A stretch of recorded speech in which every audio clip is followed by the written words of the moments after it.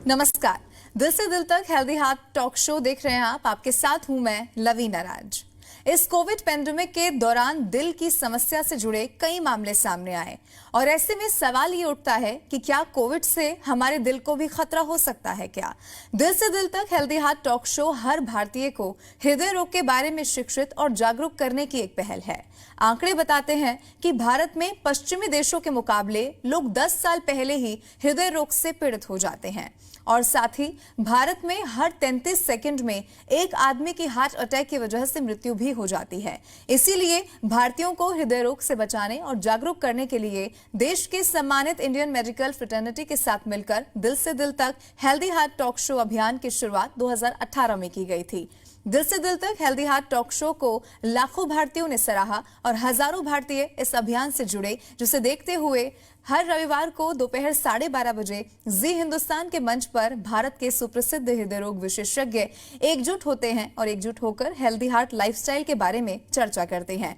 और इस श्रृंखला में आज हमारे बीच देश के जाने माने हृदय रोग विशेषज्ञ डॉक्टर एस चैटर्जी, साथ ही डॉक्टर बीपी सिंह और डॉक्टर निशांत त्रिपाठी पटना से हमारे साथ मौजूद हैं, जो हमें हृदय रोग से बचाव और उसके उपचार के बारे में जानकारी देंगे और साथ ही हार्ट हेल्दी लाइफस्टाइल के विभिन्न पहलुओं के बारे में भी हमसे चर्चा करेंगे। आप सभी का बहुत बहुत स्वागत है।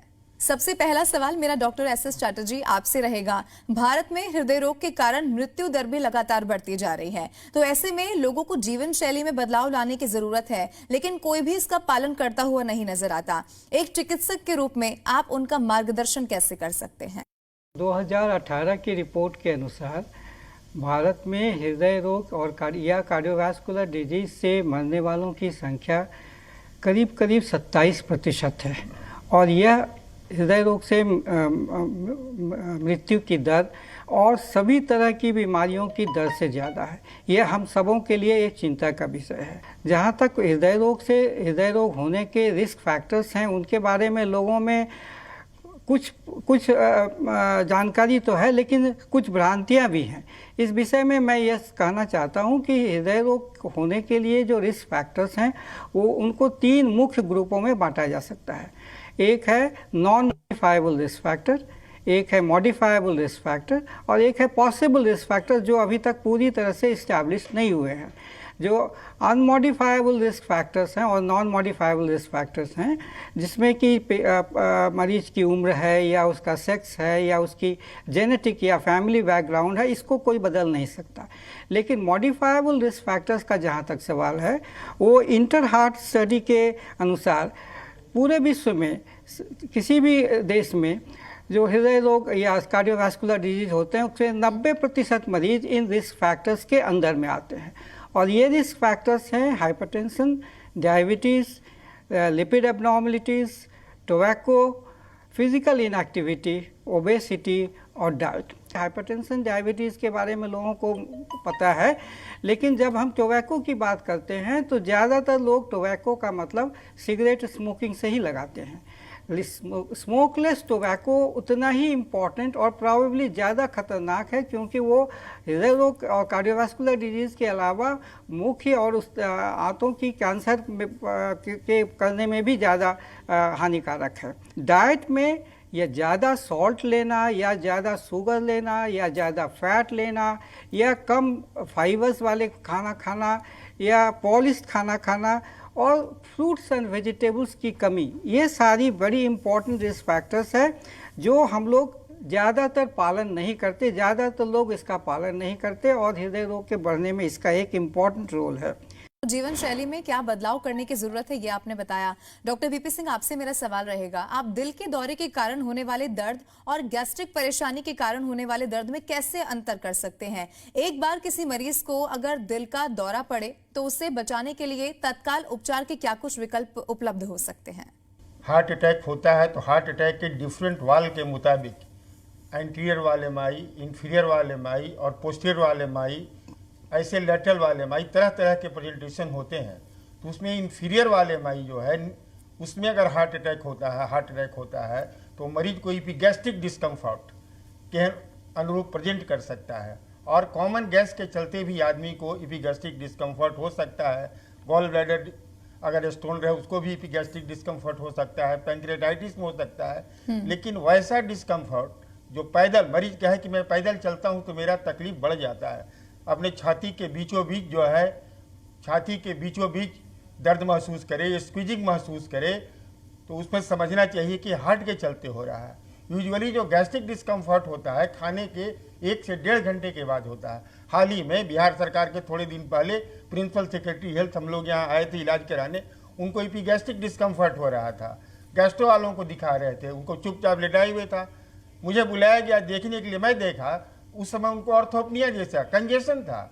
आई asked that gentleman to sit up, इतने में उनको रिलीफ मिल गया।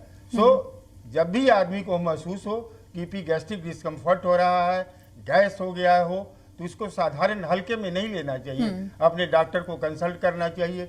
ईसीजी तो करा ही लेना चाहिए। इंफीरियर वाले एमआई हो सकता है और किसी भी एंटीरियर वाले एमआई में ही एपिगैस्ट्रिक डिस्कम्फर्ट हो सकता है। इसको हल्के में नहीं लेना है और तुरंत अपना इलाज कराना चाहिए। अगर आपको हार्ट अटैक हो गया है तो उस समय आपके पास 2 विकल्प है। अगर आप ऐसे जगह पर हो, पटना में हो, दरभंगा में हो, मुजफ्फरपुर में हो, दिल्ली में हो, तो आपको प्राइमरी एंजियोप्लास्टी होना चाहिए। अगर 2 घंटे के अंदर आप ऐसे अस्पताल में पहुंच सकते हैं जहां आपको प्राइमरी एंजियोप्लास्टी का विकल्प हो, तो पहला चॉइस है कि आप प्राइमरी एंजियोप्लास्टी कराएं। अगर ये विकल्प ना मौजूद हो तो खून के थक्के गलाने वाली दवा आपको दी जानी चाहिए और उसके बाद जहां कैथ लैब हो, प्राइमरी एंजियोप्लास्टी की सुविधा, वहां मरीज को रेफर कर देना चाहिए। डॉक्टर शांत त्रिपाठी, अब आपसे मेरा सवाल रहेगा, क्या calcium scoring, CT angio, stress test जैसे कोई नियमित जांच मौजूद है जो अवरुद्ध धमनी के निदान के लिए किया जा सकता है? टेस्ट जो हैं, रूटीन टेस्ट किनको कराना चाहिए? तो क्योंकि हमारे पास टेस्ट बहुत हैं और हर टेस्ट हम सबको नहीं एडवाइस करते हैं, तो जिनको रिस्क फैक्टर्स हैं, जो सर अभी डिस्कस कर रहे थे कि रिस्क फैक्टर्स जैसे डायबिटीज़ है, ब्लड प्रेशर है, स्मोक आप करते हैं, आपके फैमिली में अगर हार्ट डिजीज़ है, अर्ली एज में किसी को हार्ट अटैक हो चुका है, एंजियोप्लास्टी हो चुकी है, बाईपास हो चुका है, या अचानक किसी की मृत्यु हो चुकी है आपके फैमिली में, तो ये सब रिस्क फैक्टर्स होते हैं। अगर इनमें से रिस्क फैक्टर्स आपको हैं तो आपको अपने डॉक्टर के पास जाके चेकअप कराना चाहिए। जो इनिशियल बेसिक टेस्ट होते हैं उसमें हम लोग शुगर टेस्ट करते हैं, कोलेस्ट्रॉल चेक करते हैं, और ईसीजी और ट्रेडमिल टेस्ट जिसे स्ट्रेस टेस्ट कहते हैं, ये एक बेसिक टेस्ट है जो हम कराते हैं ऐसे लोगों में जिनमें रिस्क फैक्टर्स हैं।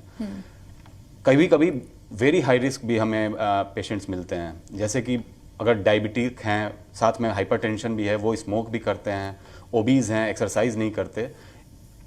चूँकि आपने भी कहा और हम सब जानते हैं कि हमारे देश में हार्ट डिजीज़ अर्ली एज में प्रेजेंट करता है, तो जो वेरी हाई रिस्क ग्रुप है, जो जैसा कि मैंने बताया, इनमें हम लोग आजकल हमारे पास एक सीटी स्कैन की सुविधा है जिसमें कि हार्ट की नसों में जो कैल्शियम जमा हो रहा है वो बहुत अर्ली स्टेज में डिटेक्ट हो जाता है। तो अगर ये चीज़ें पहले जान जाएं तो हम उन मरीजों को ये सलाह दे सकते हैं कि आप अपना लाइफस्टाइल और साथ में कुछ दवाइयाँ जैसे स्टैटिन जो कोलेस्ट्रॉल को कम करती है और इन ब्लॉकेजेस को नॉर्मल करती है, वो दवाइयाँ अर्ली स्टेज में शुरू कर सकते हैं। तो ये जानकारी के लिए हम लोग सीटी स्कैन वगैरह करा सकते हैं, लेकिन कभी भी ये नहीं सोचना है कि हम ये टेस्ट जाके खुद ही करा लें, क्योंकि इन टेस्ट में कुछ हानि भी है। ये टेस्ट बहुत ही सिंपल या बेनाइन टेस्ट नहीं है। जैसे सीटी स्कैन में हमें रेडिएशन मरीज को देना होता है, हमें डोज वो जो डाई होता है वो देना होता है जो किडनी को भी नुकसान पहुंचा सकती हैं। उसी तरह से ट्रेडमिल टेस्ट में अगर आप रूटीनली जा रहे हैं बिना किसी चिकित्सक के सलाह के, तो उसमें भी खतरा हो सकता है। ट्रेडमिल टेस्ट बहुत ही बेनाइन टेस्ट नहीं है। तो ये हमेशा ये जब टेस्ट आपको जब चिकित्सक कोई सलाह दें तभी कराना है। ये टेस्ट बहुत ही ज़रूरी होते हैं हाई रिस्क पेशेंट्स में, ताकि हम उन्हें बता सकें कि आप अपने आगे आने वाले हार्ट अटैक या हार्ट डिजीज होने से कैसे बचाव कर सकते हैं। बिल्कुल, यानी कि ये तमाम टेस्ट जरूरी है, लेकिन वो भी चिकित्सक की सलाह लेने के साथ ही। डॉक्टर एसएस चैटर्जी, आपसे मेरा सवाल है, आप ये कैसे तय करते हैं कि मरीज को एंजियोप्लास्टिक की जरूरत है या फिर बाईपास की? ये डिपेंड करता है कि कोरोनरी आर्टरी की एनाटोमी कैसी है। ये एनाटोमी हम लोग कोरोनरी एंजियोग्राफी के बाद डिसाइड करते हैं, और उसके साथ मरीज की उम्र क्या है और उसके साथ उनको कोमॉर्बिडिटीज़ क्या क्या हैं। कोमॉर्बिडिटीज़ का मतलब कि उनको डायबिटीज़ है कि नहीं, उनकी रीनल फंक्शन ठीक है कि नहीं, उनको रेस्पिरेटरी प्रॉब्लम्स हैं कि नहीं, उनको मैलिग्नेंसी या और कोई डिजीज़ है कि नहीं। ये सारे फैक्टर्स जो इम्पॉर्टेंट हैं किसी एक मरीज़ में ये डिसाइड करने के लिए कि बाईपास सर्जरी करें कि एंजियोप्लास्टी करें। किसी एक फैक्टर पर हर एक मरीज़ के लिए एक तरह का डिसीजन नहीं लिया जा सकता है। इसमें कुछ फैक्टर्स जानने की ज़रूरत है, जैसे कि कॉर्नरी एनाटॉमी में हम लोग सिंटेक्स स्कोर पर जाते हैं। सिंटेक्स स्कोर एक स्कोरिंग सिस्टम है कॉर्नरी एनाटॉमी में, ये जानने के लिए कि इनकी सीवियरिटी और कॉम्प्लेक्सिटी ऑफ कॉर्नरी एनाटॉमी कितनी ज़्यादा है। यह 0 से 60 तक हो सकती है और यह डिपेंड करती है कि कॉर्नरी आर्टरी में कैल्शियम कितना है, या उसमें थ्रोम्बस है या नहीं, या उसमें CTO मतलब क्रॉनिक टोटल ऑक्लूजन है या नहीं, या बाइफर्केशन लीजन है या नहीं, या आर्टरी का साइज़ कितना बड़ा है, या लीजन कितना डिफ्यूज़ है। इन सारी बेसिस पर सिंटेक्स स्कोर तय किया जाता है और फिर सिंटेक्स स्कोर के हिसाब से अगर जिसमें भी प्रॉब्लम हो, जैसे ये माना गया है यूजुअली लोगों में ये फीलिंग है और यूरोपियन सोसाइटी ऑफ कार्डियोलॉजी का ये रिकमेंडेशन है कि अगर आपको left main coronary artery disease है या ट्रिपल वेसल डिजीज है और सिंटेक्स स्कोर 33 से ज़्यादा है तो आपको बाईपास सर्जरी ही कराना चाहिए। अगर 22 से 33 के बीच में सिंटेक्स स्कोर है इन लेफ्ट मेन और ट्रिपल वेसल डिजीज में, तो आप दोनों तरफ जा सकते हैं डिपेंडिंग अपॉन लीजन की नेचर के हिसाब से।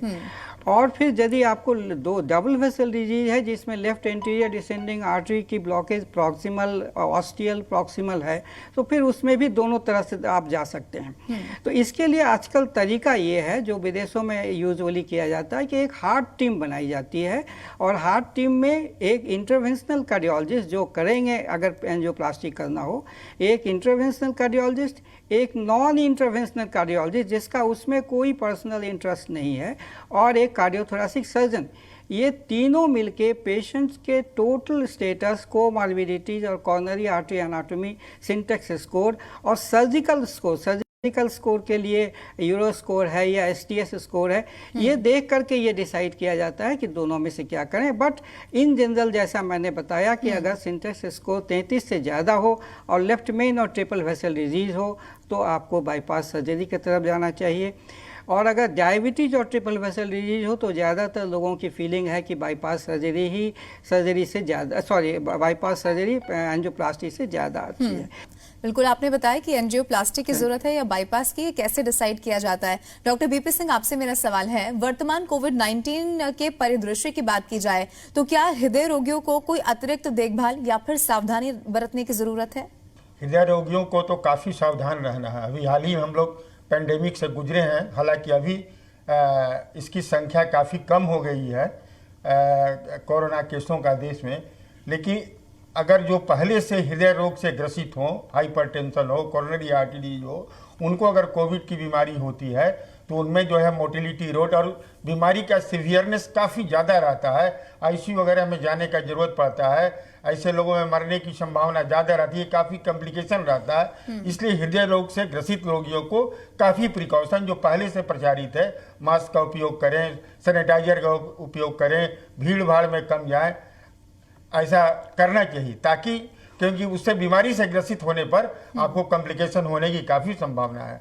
ऐसे लोग यूजुअली जो है इनमें हार्ट अटैक का भी इंसिडेंस देखा गया है, हार्ट फेलियर का। एक कोविड-19 तरह तरह से प्रेजेंट कर सकता है, आपको हार्ट फेलियर करके कर सकता है, मायोकार्डाइटिस करके कर सकता है, एक्यूट MI करके कर सकता है, एरिथमिया कर सकता है, कंप्लीट हार्ट ब्लॉक करके भी कर सकता है। हम लोगों ने केस देखा अपने एक्सपीरियंस में, यहाँ पर हम लोग के यहाँ जो अनुभव है हम लोगों का, उसमें 20 से 30% लोगों को यूजुअली जो है कुछ ना कुछ साइनस टैकीकार्डिया है, कोई टॉपिक आ रहा है, चेस्ट पेन हो रहा है, ट्रोपोनिन लेवल मार्कर बढ़े हुए हों, इस तरह की मिलते रहता है। इसलिए जो हृदय रोग से जो ग्रसित लोग हों उन लोगों को अपनी दवा भी नियमित रूप से लेनी है, वैक्सीनेशन कराना है। और एक काफ़ी कन्फ्यूजन रहा लोगों में, हम लोग बार बार कहते रहे कि जो लोग दवा भी चालू रखें हृदय रोग को, एस्पिरिन भी बंद ना करें और वैक्सीन भी लें, और बचाव के सारे साधन, भीड़ भाड़ से बचे रहें, मास्क लगाएं और अपनी दवा नियमित रूप से लेते रहें, क्योंकि इन लोगों को बीमारी से, कोविड से ग्रसित होने पर काफ़ी कॉम्प्लिकेशन की संभावना और तरह तरह के प्रेजेंटेशन आ सकते हैं। पल्मोनरी एम्बोलिज्म के केस भी हम लोगों ने देखे, काफ़ी मोटिलिटी रेट हाई रहता है, 30 से 40% तक हम लोगों ने भी देखा, चाइनीज लिटरेचर में भी ऐसा रिपोर्टेड है। Doctor Nishant Tripathi, tele consultation के बारे में अगर आपसे समझना चाहें तो आपकी इस पर क्या राय है? कोरोना पेंडेमिक के बाद तो सब कुछ जो पहले जो आदमी की एक हिचक थी, हम लोगों को भी थी कि ये टेली कंसल्टेशन या टेली कम्युनिकेशन के माध्यम से मेडिसिन कितना कारगर सिद्ध होगा, हम लोग के मन में काफ़ी डाउट रहता था, खासकर कार्डियक पेशेंट्स को लेके। बट पेंडेमिक का ये एक हम कहेंगे कि पॉजिटिव पॉइंट रहा। हम न सिर्फ मरीजों से दूर दराज के मरीजों से कांटेक्ट कर पाए, उन्हें कई बार हम लोगों ने ऑन टेलीफोन या ऑन व्हाट्सएप या ऑन जो भी संचार के साधन है उसके थ्रू उन्हें एडवाइस किया, क्योंकि जब लॉकडाउन था उनका मूवमेंट काफ़ी रिस्ट्रिक्टेड था। और जैसा सर बता रहे थे कि जो हार्ट के मरीज हैं उनको ज़्यादा प्रिकॉशन रखने की ज़रूरत थी, और उस समय काफ़ी एक भय का माहौल था, अफवाहें बहुत सारी थी, वो अस्पताल नहीं आ पा रहे थे। उस समय ये टेली कंसल्टेशन ही था एक साधन जिससे हम अपने मरीजों के संपर्क में रहे, उन्हें गाइड करते रहे और उन्हें उचित सलाह देते रहे। और ये काफ़ी फ़ायदेमंद साबित हुआ, काफ़ी मरीजों को इससे बेनिफिट भी हुआ। हम लोगों ने भी इस लर्निंग प्रोसेस जिसको कहते हैं, हम लोग भी सीख ही रहे हैं ये सब। बट मुझे लगता है कि आज के दौर में अगर हम टेक्नोलॉजी का सहारा नहीं लेंगे तो हम बहुत पीछे रह जाएंगे। खासकर बिहार जहाँ पे हम लोग प्रैक्टिस कर रहे हैं, जहाँ पे संसाधनों की कमी है, मरीज काफ़ी हैं, पॉपुलेशन ज़्यादा है, डॉक्टर्स कम हैं, बाहरी क्षेत्रों में पेरिफेरीज में हॉस्पिटल्स नहीं हैं, पेशेंट को बार बार पटना आना पड़ता है। ये काफ़ी कष्टदायक है इन मरीजों के लिए, जो कि कुछ मरीज तो सामर्थ्यवान होते हैं, लेकिन ज़्यादातर हमारे देश में आपको भी पता है कि संसाधनों की कमी रहती है, पैसे की प्रॉब्लम रहती है, बार बार आना जाना शहरों में बड़ा मुश्किल होता है। और कार्डियक जो डिजीज़ेज़ हैं इसमें उचित सलाह मिलना बहुत ज़रूरी है। किसी का बीपी बढ़ गया, किसी का शुगर डाउन हो गया, और ये सब छोटी छोटी चीज़ें हैं जो आदमी सिर्फ जो टेली कंसल्टेशन कह रहे हैं उससे हम लोग ये सॉल्व कर सकते हैं। कभी दवाइयों के बारे में कन्फ्यूजन होता है, अब इन छोटी छोटी चीज़ों के लिए मरीजों को कई बार शहर आना पड़ता है। अगर हम टेली कंसल्टेशन को थोड़ा सा नियमित रूप से हम लोग यूज़ करने लगें तो इससे जो दूर दराज क्षेत्र, बहुत ही जो इंटीरियर के क्षेत्र हैं, वहाँ से जो पेशेंट आते हैं उनके लिए तो बहुत ही अच्छा साबित होने वाला है। और ये कोरोना पेंडेमिक में हम लोग सब ने फील किया, और ये बिल्कुल इसको और मैच्योर होने की ज़रूरत है, और प्लेटफॉर्म्स आए, टेक्निकल टीम डॉक्टर्स के साथ मिलकर काम करें जिससे ज़्यादा से ज़्यादा बेनिफिट हो पाए। एक और चीज़ कहना चाहूँगा, हार्ट अटैक, जो अभी बातें हो रही थी, ये सब चीज़ का फोकस था हार्ट अटैक, जिसकी वजह से इतनी ज़्यादा डेथ्स होती हैं हमारे देश में। और उसका पहला कारण ये है कि समय पर इलाज नहीं हो पाता है। एक तो डिटेक्शन में ही लेट होता है, डिटेक्शन होने के बाद भी जो इनिशियल ट्रीटमेंट है, और इनिशियल ट्रीटमेंट में जो आप बता रही थी कि अस्पताल पहुंचने के पहले कुछ दवाइयां हैं जो अगर मरीजों को दे दी जाए तो उनमें जो मौतें हो रही हैं उनमें से बहुत सिग्निफिकेंट मोर्टेलिटी रिडक्शन हम लोग कर सकते हैं।